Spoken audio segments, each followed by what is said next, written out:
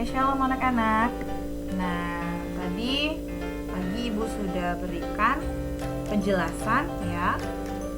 Kalian cukup kerjakan halaman 59 dan 60. Tidak usah mengirim tugasnya sama Ibu ya. Jadi kita bahas sama-sama ya. Yang pertama adalah dari muatan bahasa Indonesia KD 3.1 ya. Kalimat berikut yang termasuk perintah adalah apa? Jawaban yang benar itu adalah A ya. Kalimat perintah itu harus ada tanda seru ya.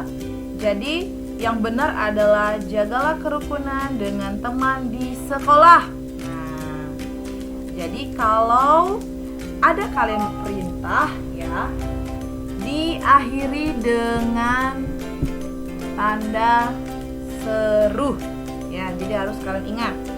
Ciri kalimat perintah adalah diakhiri tanda seru. Nah, tadi sudah Ibu jelaskan ya, bahwa ciri dari kalimat perintah itu adalah diakhiri dengan tanda seru.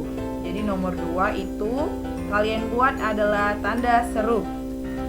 Nomor 3, buatlah contoh kalimat perintah yang biasa diucapkan di sekolah.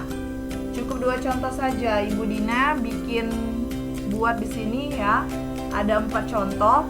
Yang pertama adalah kerjakan latihan di kertas tugasmu. Buanglah sampah pada tempat sampah. Tutuplah keran air setelah selesai digunakan.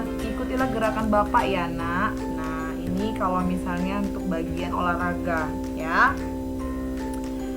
Kalian juga bisa ya kata-kata yang lain ya sesuai dengan kalimat perintah. Jadi kalimat perintah itu adalah ada, lah, dan kan ya. Jadi kemarin Ibu sudah jelaskan bahwa kalimat perintah itu ada 2. Yang pertama lah dan kan, dan diakhiri dengan tanda seru ya.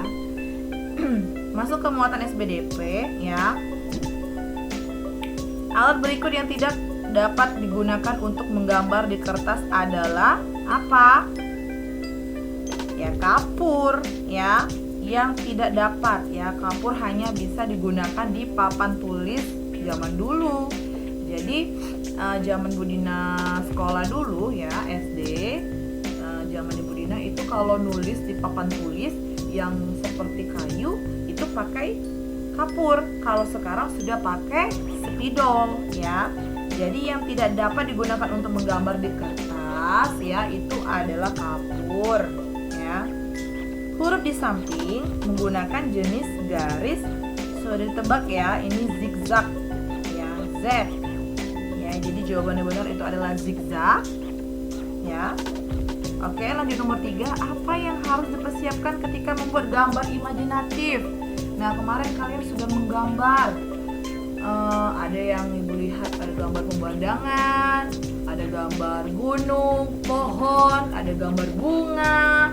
Bagus-bagus sekali warna-warnanya. Nah, apa aja yang perlu kalian persiapkan? Ya, yang pertama itu pensil, terus penghapus, penggaris, buku gambar, terus apa lagi? Serta pewarna ya, seperti pensil, warna, krayon, atau spidol, atau apa ya? Yang sekarang ini kayak spidol, bukan spidol sih ya. Spidolnya itu untuk mempertebal. Yang ada warna itu ya, yang kayak cair ya. Apa ya? Cat warna ya, warna cair ya. Gitu. Oke, paham? Ya, jadi untuk bahasa Indonesia SBDP kita sudah jelaskan ya. Sekarang kita masuk ke muatan matematika. Nah, nomor 1, hasil penjumlahan berikut yang benar. Di antara ini yang benar berapa anak-anak? Yang benar itu adalah 235 ditambah 265. Kalian sudah hitung ya. Ya, 5 ditambah 5 sama dengan 10. 0 sisipkan 1 di angka 3. Jadi 6 ditambah 3 berapa? 9 ditambah 1 di sini berapa? 10 lagi. Jadi di sini 0 ya. Terus satunya di bagian atas 2. 2 ditambah 2 berapa anak-anak? 4 ditambah 1 di atasnya tadi berapa? Jadi 5 ya. Jadi yang benar itu jawabannya adalah 500 ya. Nomor 1 itu C.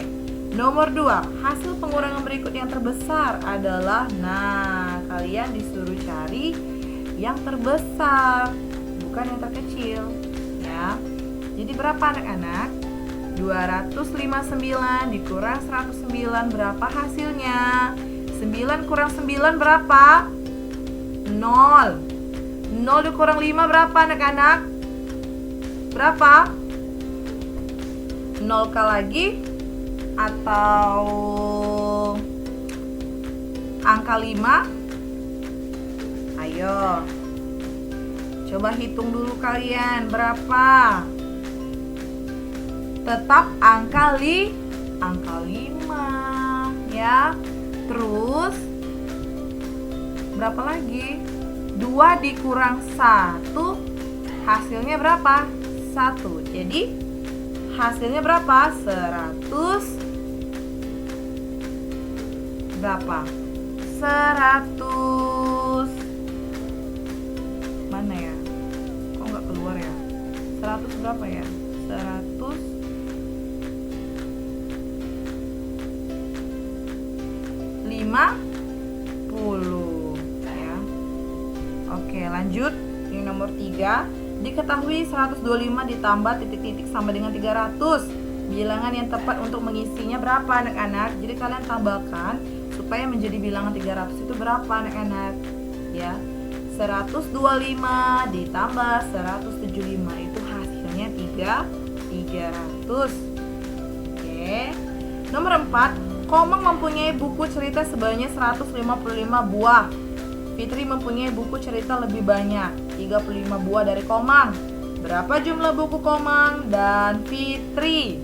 Nah, Fitri ada 155 buku ya, buku cerita ya. Terus apa lagi? Fitri mempunyai 35 buah dari Komang. Berapa jumlah buku Komang dan Fitri? Untuk Fitri 155 ditambah 35. Jadi hasilnya berapa anak-anak? 190 buku. Kenapa? Yang buku Komang itu ditambah dengan buku si Fitri ya. Karena katanya buku ceritanya itu lebih banyak 35 buah dari Komang ya. Jadi si Komang nanti dulu kita cari. Nah, jadi jumlah buku Komang dan Fitri yaitu dari yang Fitri tadi 190 ditambah dengan 155. Ini buku siapa tadi? Buku Komang. Jadi berapa hasilnya? 345 buku. Paham? Paham ya anak-anak? Jadi kenapa penjumlahannya ada 2 ya? Di cerita dijelaskan bahwa si Komang itu mempunyai buku ceritanya 155 buah. Sedangkan si Fitri mempunyai buku cerita lebih banyak 35 buah dari Komang ya. Jadi si Fitri ini mempunyai buku yang lebih banyak 35 buah dari Komang. Jadi si Fitri itu ditambahkan ya dengan buku yang punya Komang ya. Jadi jumlah buku Komang dan Fitri itu digabung. Jadi buku si Fitri dan si Komang itu digabung, ditambahkan, dan hasilnya adalah 345 buku. Paham ya anak-anak? Oke, nomor 5 adalah jawaban yang benar apa? Mudah ya. Tinggal kalian kurangkan 153 dikurang 25. Jadi di sekolah Dedi terdapat 153 siswa laki-laki. Selisih banyak siswa laki-laki dan perempuan adalah 25 orang. Berapa banyak perempuan? Jadi kalau sudah berbicara selisih itu adalah pengurangan ya. Jadi jawaban benar apa? 128 siswa. Oke, kita masuk ke muatan PPKN. Dedi dan teman-teman sedang mengumpulkan dana untuk temannya yang mengalami musibah. Bunyi sila yang tepat untuk kegiatan tersebut adalah apa? Nah, kalau untuk berbicara masalah sosial, apa kita jawab? Ya, sila kemanusiaan yang adil dan beradab. Sila keberapa anak-anak? Oke, yang pertama apa? Ketuhanan yang Maha Esa, kemanusiaan yang adil dan beradab, persatuan Indonesia, kerakyatan yang dipimpin oleh hikmat kebijaksanaan dalam permusyawaratan perwakilan, terus keadilan sosial bagi seluruh rakyat Indonesia. Jadi sila kedua. Jadi untuk sosial atau berhubungan dengan saling tolong menolong itu pengamalan sila kedua, ya, kemanusiaan yang adil dan beradab. Oke, nomor 2, perilaku di sekolah yang sesuai dengan sila ketiga. Apa sila ketiga? Itu persatuan Indonesia. Jadi kalau persatuan Indonesia apa? Ciri khas persatuan Indonesia adalah budaya. Jadi kalau budaya adanya suku. Nah, kalau di sekolah kan kita banyak nih. Banyak ada suku-sukunya, ada suku Batak. Terus apalagi ya? Ada suku Serawai, orang dari Bengkulu Selatan, terus asalnya dari Bengkulu. Terus apa lagi? Suku Cina, kan? Jadi kalau untuk berhubungan dengan pengamalan sila ketiga Pancasila, ya berarti adanya perbedaan budaya atau suku, ya kan? Iya, jadi di antara kalian itu berbeda. Nah, sukunya, wajahnya sama, kulitnya sama, tapi perbedaannya adalah apa? Adanya suku, ya. Kulitnya juga ada berbeda loh, Budina. Iya, ada juga, ya. Itu untuk bagian orang-orang Cina atau Chinese, ya. Oke, nomor 3, menghargai pendapat orang lain ketika berdiskusi merupakan penerapan Pancasila sila keberapa? Sila keempat, ya. Budina pernah bahas ya. Untuk sila keempat ini adalah permusyawaratan perwakilan, ya kan? Jadi adanya musyawarah, ya.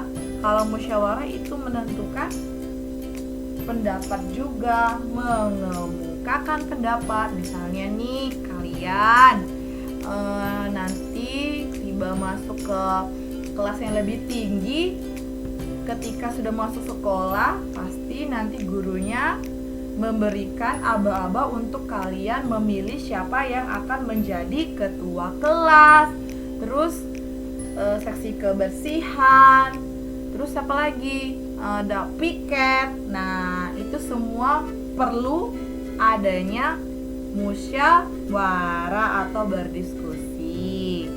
Oke, lanjut ya.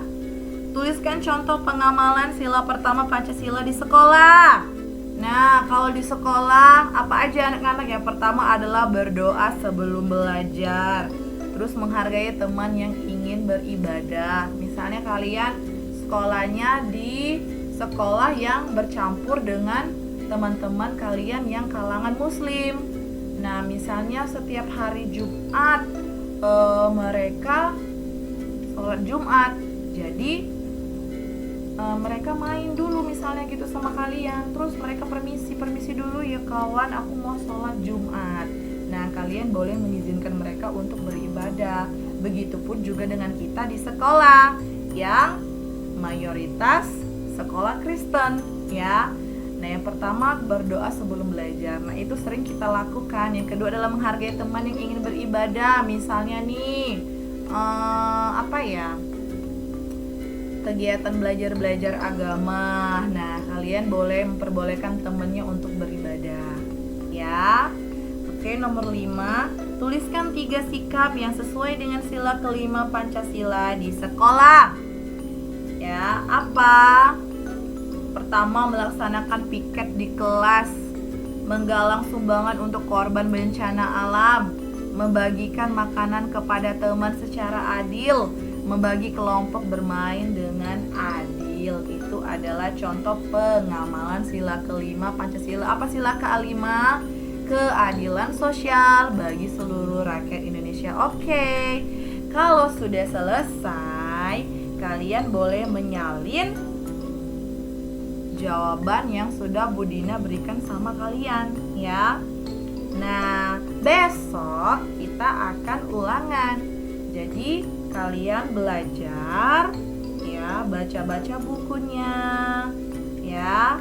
Jangan sampai nggak baca. Kalau nggak baca, gimana mau mendapat nilai yang bagus ya.